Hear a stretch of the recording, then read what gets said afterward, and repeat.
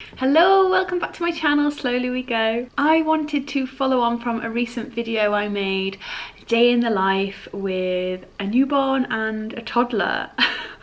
So this one's going to be more of a sit down talk, and I just wanted to share with you my top survival tips. Things that I'm doing, things that I've learned along the way, and I know there'll be mamas out there with a lot more children than two, so if you guys have any great tips and advice that I don't mention in this video, please drop them in the comments below, because let's be honest, if you've got a newborn and a toddler, it's hard going, guys, so all the tips the better. So I'm not going to ramble, I'm just going to dive straight into them tips, because I know if you're here mama, you are looking for that golden something. Disclaimer, there is no golden something. There are going to be hard days and you just have to power through. Just know that tomorrow is another day and you can reset and you can try again, and you just got to keep going, and you know, things will get easier. I know that's such a cliche, but the older that newborn gets, the more into swing of things you'll get, and things are going to get easier. So if you're having a hard time right now, I'm sending a lot of love to you, but just keep going, and I hope this video can help to some degree. So I am gonna dive right in. The biggest tip that I'm going to offer you is to have a rhythm.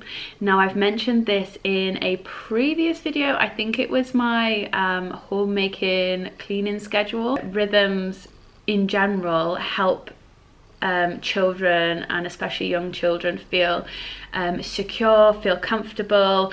They know what to expect. It's when they don't know what to expect with the day that it can sometimes draw out bad behavior that's just come from nowhere, but it's because the day is feeling unpredictable to them. So having a routine or rhythm is comforting and grounding for children. So I think I've mentioned that before, that I was going to do a whole video on rhythm, and I need to get that done for you, so maybe that will be the next video that I do. And it's slightly different to a routine. It's a lot more free and a lot less restrictive, but it's definitely so beneficial for your child, like the toddler.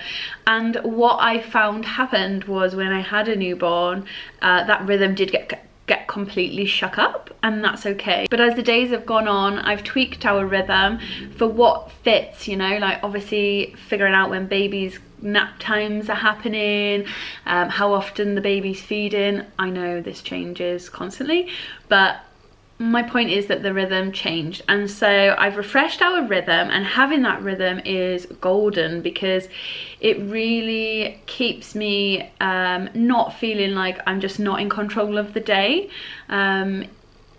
It makes sure that I am giving Lavella that time and the things that she still needs. I'm just doing it with a baby now. I think having a rhythm as well just like really saves you having to come up with ideas and almost feeling guilty, feeling like you haven't done much with the toddler today, say. But if you've got that rhythm and you are doing it each day, you know that they're getting that one-on-one, like let's say it's story time, sat on your knee reading a story whilst breastfeeding. Gonna move on to number 2, which is again an absolute lifesaver, is baby wearing. If you're not doing this already, guys, get a sling. Get a sling, get a baby carrier. We started off with just this plain grey one. It's a fabric one. You've probably seen it in that video, the day in the life with the newborn and toddler.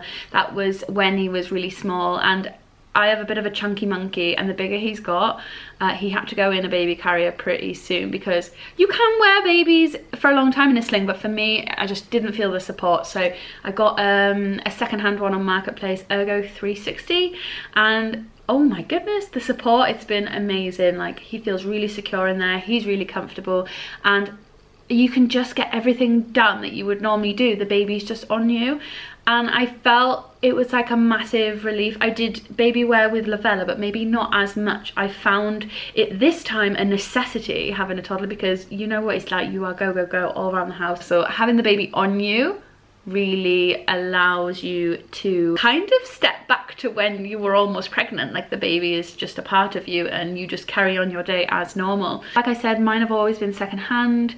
If you feel like you can't afford one, you can pick them up really cheap on Marketplace second hand.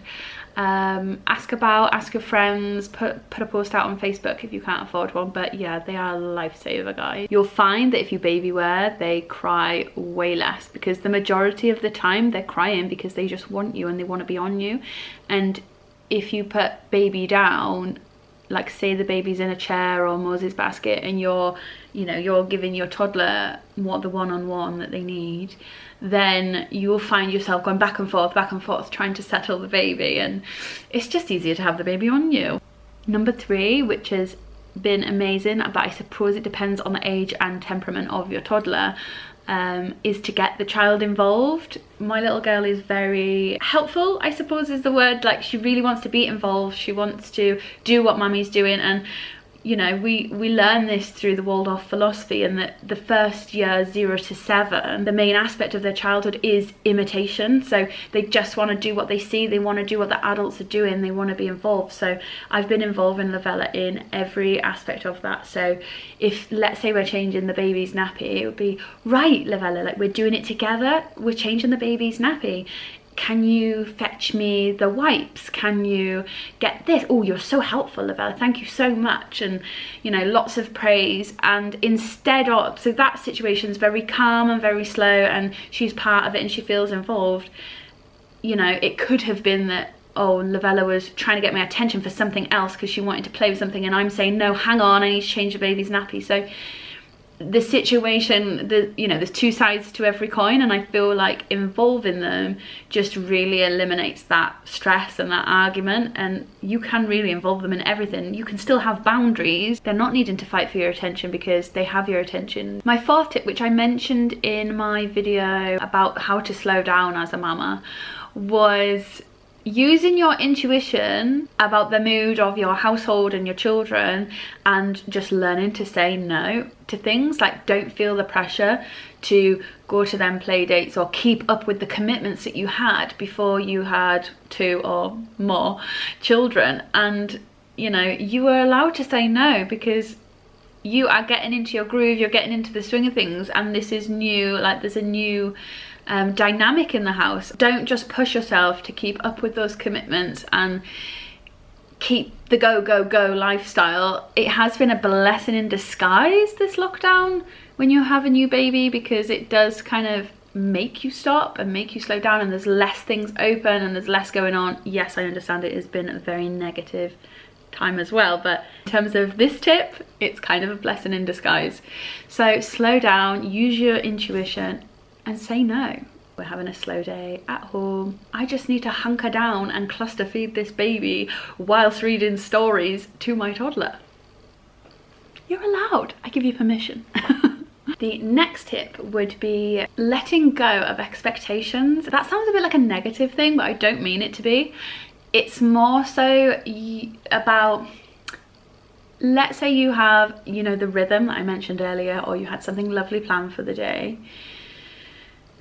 When you have a newborn, an unpredictable newborn that has been shoved into the light of day and is just terrified and wants his mummy, things change, plans change, things get turned on their head, and accepting that that's okay can be so hard at the beginning. Like, because you've still got this toddler at the forefront of your head, you know, wanting to make nice days for her, got these ideas that you want to do, big crafts that you want to do that you would have done previously, let's say. If that can't happen, you can often feel guilt, and I just want to say, let go of them expectations. Plan, definitely, like, still have these things in mind, and if you get them done, amazing. If the baby's been lush and asleep in the baby carrier all day and you've got to spend that time and do all these things and go to these places, then great. But if you don't, just let go of that expectation and be okay about it. Be okay that, okay, well, today could go one way or the other. We might get it done, but we might not, and that's okay. No, I am not able to stick to my homemaking cleaning schedule, and that's okay. Things are gonna slack for a little bit. It's fine. Like, the most important thing is your kids. I've got a saying, if they are warm, fed and loved, you have done your job as a mama. Simple. Anything after that is a bonus. So well done.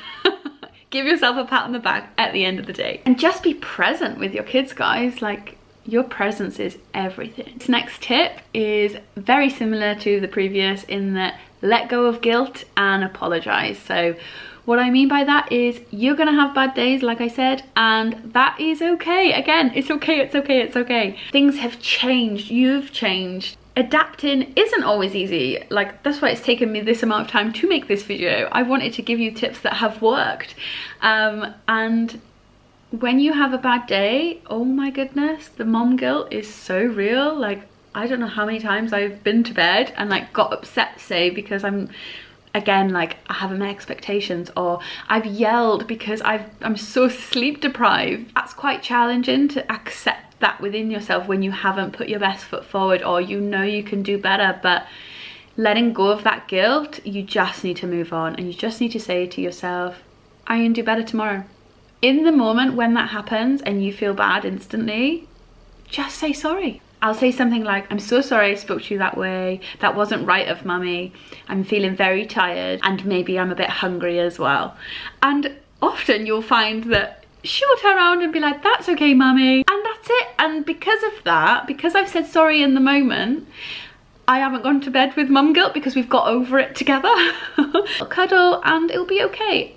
And actually, it's really good to demonstrate to your children that you are human, and what you do after, you know, you maybe didn't handle your emotions right. You apologize and you look inside and realize why it was that you had an outburst. And that's teaching her to do the same thing.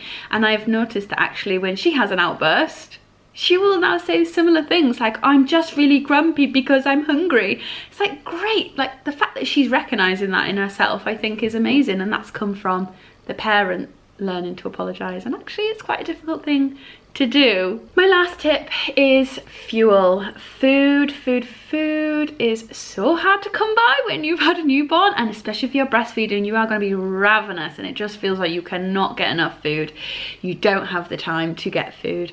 And actually, I've put this last because it kind of goes hand in hand with the baby wearing. If you're baby wearing, it's going to be a lot easier to get to the kitchen, make food. So a great tip I have for making sure you fuel yourself during the day is chopping up loads of veggies like carrot sticks, celery sticks, cucumber sticks, pepper sticks, and a pot of hummus. I'm sorry if that doesn't float your boat and this tip is completely void, but I suppose you could do it with something else.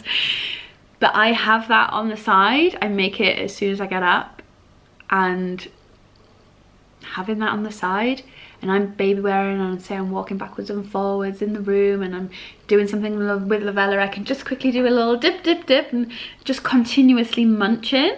Having stuff on the side, yes, it doesn't look tidy, you know, there's food sat out on the side, but it doesn't matter. You being fueled is really important because you are the sun and these children are the little planets going around you. You need to be the best that you possibly can be, and so you need to be fueled. You need to be fueled to shine. So sometimes it is easy to put yourself as the last priority when you've got two young children, like sucking the energy from you.